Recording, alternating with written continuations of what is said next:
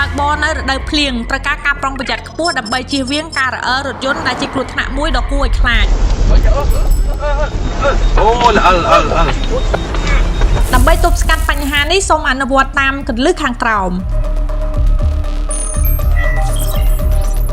1. បន្ថយល្បឿនលោកអ្នកគួរតែបន្ថយល្បឿនហើយបើកបរក្នុងល្បឿនមួយដែលសមស្របទៅនឹងស្ថានភាពផ្លូវ 2. រក្សាគម្លាតសុវត្ថិភាពឲ្យឆ្ងាយជាងមុនផ្លូវសើមធ្វើឲ្យចម្ងាយចាប់ហ្វ្រាំងវែងជាងផ្លូវស្ងួត 3. ជៀសវាងការចាប់ហ្វ្រាំងនិងបង្វិលចង្កូតភ្លាមអាចធ្វើឲ្យរថយន្តបាត់បង់ការគ្រប់គ្រង 4. ការប្រើប្រាស់សម្បកកង់ដែលល្អសម្បកកង់ដែលមានគុណភាពនិងនៅថ្មីអាចជួយបញ្ចេញទឹកបានល្អ